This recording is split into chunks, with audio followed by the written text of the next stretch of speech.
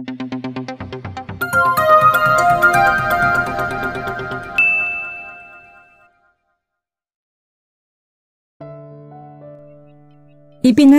ko lang sa'yo. Ngayon ang despedida ng Tita Rose mo. Paalis na siya next week. Expected niya na nandun tayong lahat. Sana raw nandun ka. Hindi ko na alam kung anong alibay ang sasabihin ko sa kanya kapag hindi ka pa nakapunta ngayon. Anang mama ni Crizal sa kanya. Hindi siya kumibo. Marami siyang pasyente ng araw na yon, kaya nagdesisyon na lang siya na mauna na ito at ang pamilya ng Kuya Marlon niya at susunod na lang siya. Alas 7:30 na ng gabi nang makaalis sila ni Prix sa bahay nila. Nakipagkita pa kasi ito kay Zaida. Hinahayaan lang ni Crizal ito sa mga lakad nito basta nasa bahay lang siya dahil may mga gwardiya naman doon. Lampas alas 8 na nang makarating sila ni Prix sa bahay ng Tita Rose niya. Ilang sasakyan ang nakapark sa gilid ng bahay nito. Naghahanap ng magpaparkan si Prix nung mapansin niya isang matangkad na lalaki na pasakay sa isang silver trekker. Parang pamilyar sa kanya ang tindig at pangangatawan nito. Hindi nga lang niya mabistahan nang mabuti ang mukha nito dahil nakatalikod ito sa kanila. Nang maiparada na ni Prix ang Land Cruiser sa likuran ng isang Honda Civic ay siya namang pagharurot palayo ng trekker. Mabuti naman at dumating ka pa. Bungad-agad ng tita niya sa kanya nang magmano siya dito at ibeso niya ito. Halatang pagtatampo sa tono nito. Sorry po tita, marami kasing pasyente ngayon. Sagot ni Crizal. 2 beses nang hindi kayo nag-aabot ng binata na irereto ko sana sa'yo. Anito, involuntaryong tumaas ang isang kili ni Crizal. Kailan pa ito naging matchmaker? Baka sakaling kapag nagkaroon ka ng boyfriend, mawala ng kagaslawan ng mga kilos mo. Dagdag pa nito. Sinasabi na nga ba niya sa pamimintas pa rin sa kanya mauuwi ang usapan. Ngumiti na lang siya at tinis niya ang mga pangit na komento nito hanggang sa natapos na silang maghapunan at nagkaroon na siya ng dahilan para magpaalam dito. Sayang Crizal, na-late ka ng dating. Cute ang guy na napiling i-matchmake sa'yo ni Tita Rose. Bulong sa kanya ng hipag niyang si Ate Luella nang pauwi na sila. Hindi pumayag ang mga ito na hindi sila sabay-sabay na umuwi kaya napilitan siyang hintayin ng mga to. Really? Walang ganang sagot niya. Oo, nakakalamang lang isang paligo sa kanya si Marlon sa kakyutan. Natawa siya. I'm sure matangkad siya. Namilog ang mga mata nito. Oo, paano mo nalaman? May nakita ko matangkad na lalaking galing kina Tita Rose. Sumakay siya sa isang pickup truck. Nakaalis na siya nang makapag-park kami ni Prix. Nakita mo pala siya? Yung likod lang. Anyway, kung si Tita Rose ang nagmamatchmake, ayoko na lang. Bakit naman? Baka may version niya lang yun. Malamang sobrang prim and proper din yun. Ewan lang, hindi ko kasi siya gaano naobserbahan. Pero hindi naman siguro siya ganun. Naka-dark maong pants nga lang siya at sport shirt eh. He seems like a regular guy to me. Nagkibit-balikat lang si Crizal. Marami pa rin namang mga binatang nanliligaw sa kanya. Hindi kailangang ipag-alukan siya ng mga kamag-anak niya sa mga binatang kakilala ng mga ito. Tita Crizal, ayoko na ng Lego. Gusto ko cars na lang, pagmamaktol ni Carl. Nang damputin niya ang isang maliit na bucket ng bagong Legong toy mula sa display rack. Sabado noon, may date ang Kuya Marlon niya at ang asawa nito kaya siya nagboluntaryong ipasyal ang anak ng mga to. Pero mas may matututunan ka sa pagbuo ng mga Lego blocks kaysa sa paglalaro lang ng Matchbox. Sumimangot ito. Ayoko nga ng Lego. Ang kulit ni tita. Natitempt na si Crizal. Nakutusan ito na makita niya kung gaano katalim ang tingin nito sa kanya. Pero kanino pa ba magmamana ang batang ito kung hindi sa kanya?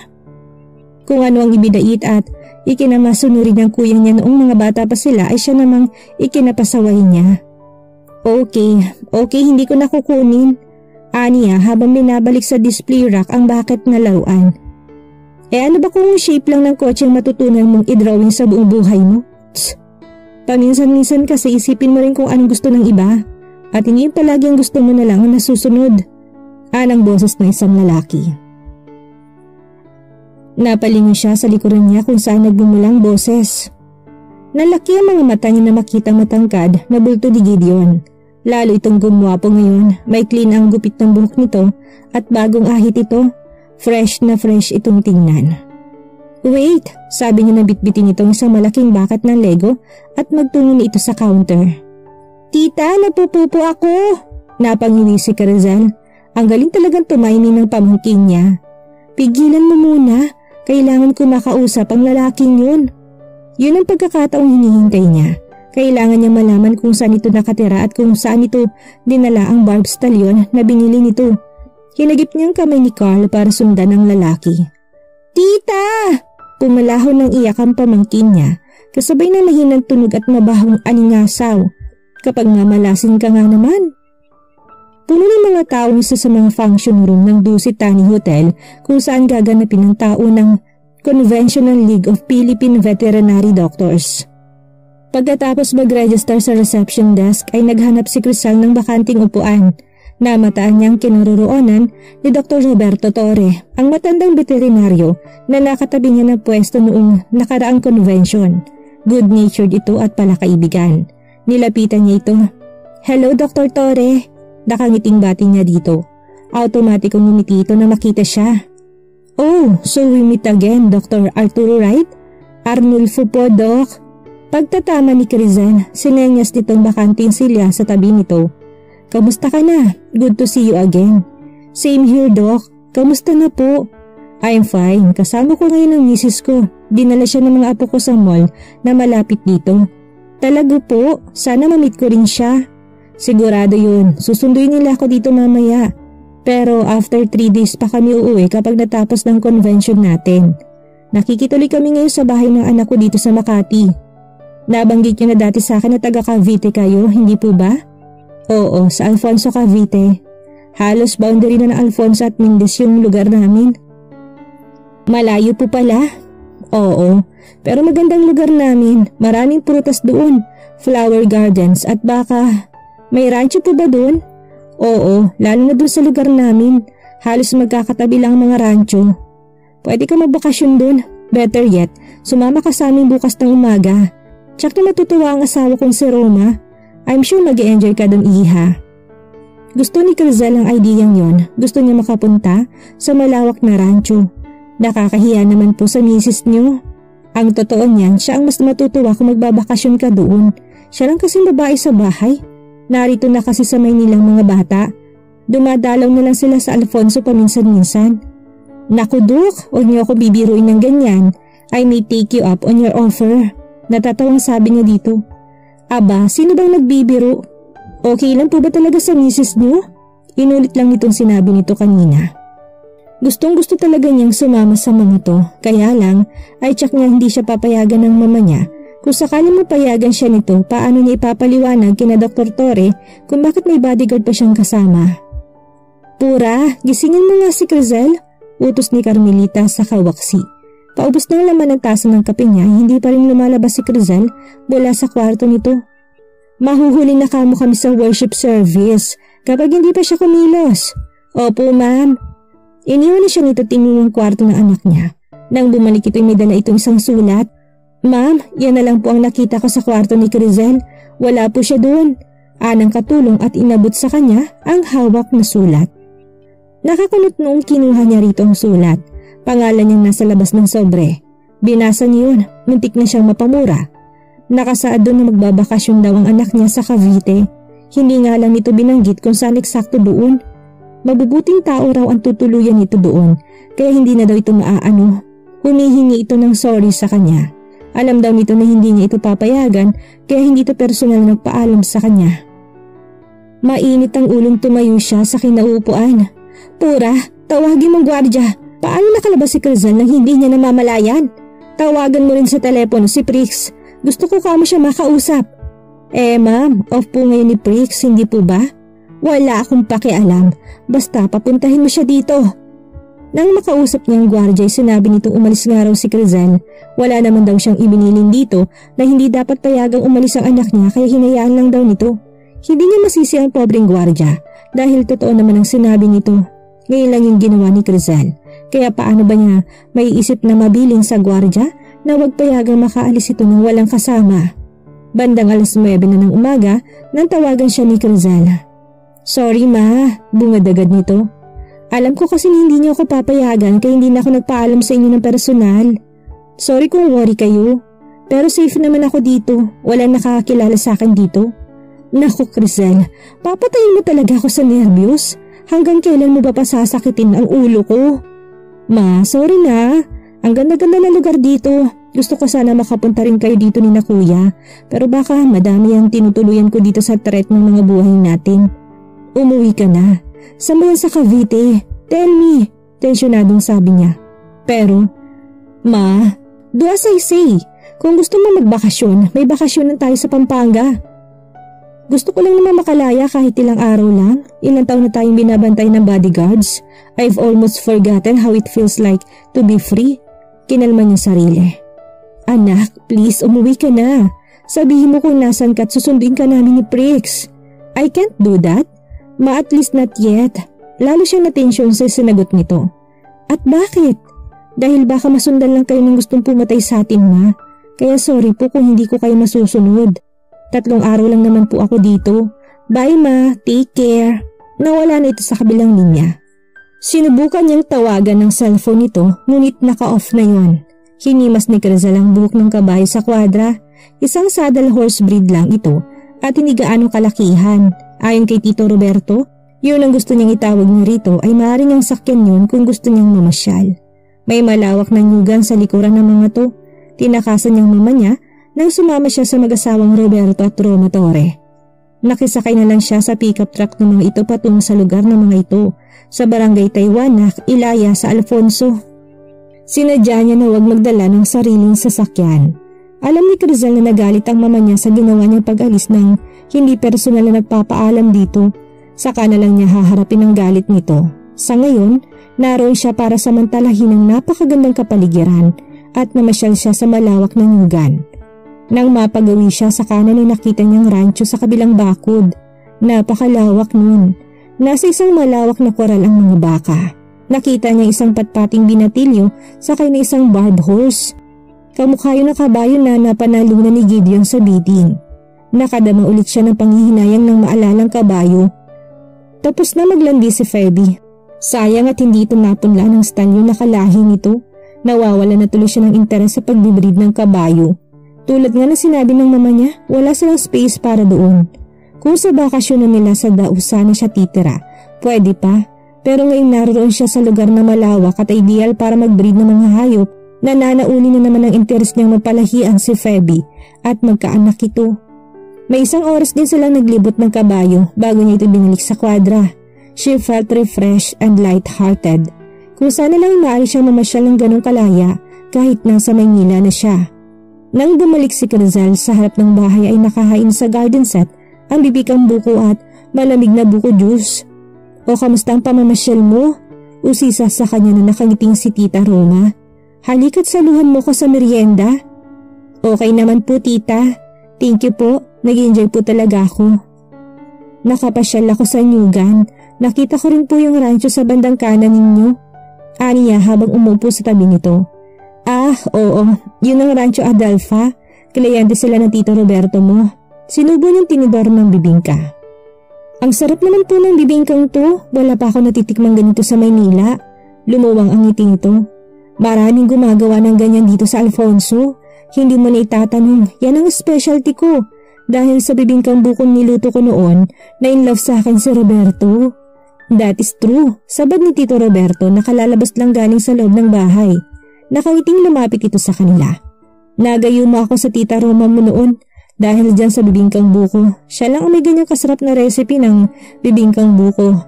Napangiti si Crizel na akbayan itong asawa at hapitin. Baka sa tinginan at ngitian ng mag-asawa na hanggang ngayon ay in love pa rin ang mga ito sa isa't isa. Nakadama siya ng konting inggit. Siya kaya kapag nagkaroon ng asawa, magiging ganun din kaya sila? Hay sana. Crizel, sabi ng matandang lalaki kapag kuwan. Lilipat ako dyan sa Rancho Adelfa mamaya. Baka gusto mo sumama? Sige po. Pagkatapos nga nilang magmerienda ay sinama siya nito sa katabing rancho ng mga ito. Sinalubong sila ng katiwala doon ay pinakilala sa kanya bilang Susing. Sa tansya niya ilang taon lang ang tanda nito sa kanya. Kaya, kuya na lang itatawag niya rito. Nariyan ba si Lolong? Tanong ni Tito Roberto kay Kuya Susing. Wala pa po, baka raw gabihin siya sa pag-uwi. Pero nagbilin po siya na asistihan ko kayo sa pag-inspection sa mga bakang iluluwas mamaya, ani Kuya Susing. Ganun ba? Sige pala. Halika ka Rizal, simulan na natin ang pag-inspeksyon. Sumunod siya rito.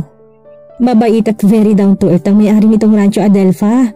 Pagkakwento ng Ginoo sa kanya habang nasa labas sila ng isang pen sa rancho. At binata pa. May panunod yung dagdag pa nito. Gumiti lang siya. Hanggang sa makabalik na sila sa bahay ng mga ito ay binibuild up pa rin ito sa kanya ang lolong na may-ari raw ng Rancho Adelfa.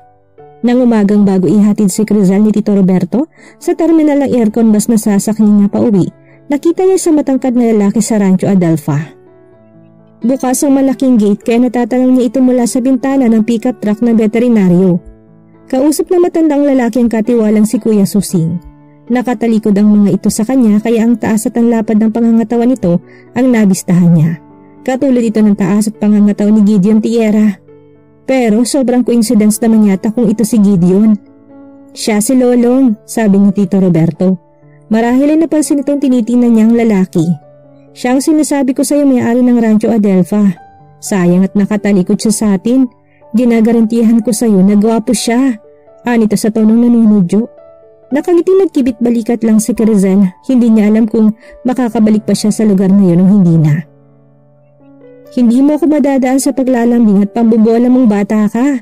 Galit na sabi kay Crizal ng mama niya na makarating siya sa kanila. Akmang yayakapin niya ito pero nakasimangot na umiwas ito. You're not getting better with age. You're only getting worse. Calm down, Ma. I already said I was sorry. Hindi nito pinansin na sinabi niya. Paano na lang kung may masamang nangyari sa'yo? Naisip mo lang ba kung anong mararamdaman ko? Mas mabuti siguro mag-asawa ka na lang. Nariyan si Ivan. Willing siyang pakasalan ka anytime. Manaman, makton ni Crizal. Bakit naman napunta sa pag-aasawa ko ang usapan? Alam niyo na malayo-malayo pa yun sa isip ko ngayon. Besides, binastad ko na si Ivan dahil naubusan na ako ng paraan para pasunurin ka. Alam mo namang may threat sa buhay natin. Tapos ngayon mo pa naisip na maglakwatsa at tumakas? Huminga siya ng malalim. Napapagod na siyang matakot sa isang bagay na hindi niya alam kung talagang totoo o hindi. Ma, hanggang kailan ba tayo matatakot sa multo na parang tayo lang naman ang may gawa? Kahit minsan wala ako na-encounter na threat sa buhay ko. Mula na mag-hire kayo ng bodyguards. At tungkol sa kamuntikan ng pagkakasagasa kay Kuya Marlon, mali natin, baka talaga nagmamadali lang yung driver ng van kaya muntik na siyang masagasaan. Lumalim ang kunot sa noon ito. Hindi mo alam ang sinasabi mo. Ano nga lang ba alam ko, Ma? You never told me anything. Wala kayong sinabing anuman tungkol sa dahilan kung bakit may kinatatakutan kayong death threat. That's enough. Walang kapupuntahan ng usapang ito. Wala nga po talaga, Ma. Kasi hanggang ngayon clueless kami kung ano talagang dahilan kung bakit ganun na lang katindi ang paniniwala nyo na may threat ang buhay sa atin. Eto naman ang pakawala ng malalim na hininga. Tila pagod na pagod ito. Ayoko lang masaktan ang loob ninyo na kuya mo. What you don't know won't hurt you. Lalo nga po kung nasasaktan dahil hanggang ngayon hindi nyo kami mapagkatiwalaan ni Kuya Marlon kung ano sekreto nyo. Inakbayan niya to. Ma, gaano man magiging masakit sa akin ang sekretong yun kung sakali. Alam ko, mas magiging magaan sa dibdib ko kung ipagtatapat niyo sa akin para mas maintindihan namin kayo ni Kuya. Alam kong alam ninyo na may karapatan akong malaman kami ni Kuya Marlon. Ayoko mawala ang respeto niyo magkapatid sa akin. Napapailing na sabi nito. Hinawakan ni Crizal ang mga kamay nito, tinignan ito ng tuwid sa mga mata. Kahit kailan, hindi mawawalang respeto at pagmamahal ko sa inyo, Ma. Please, trust me.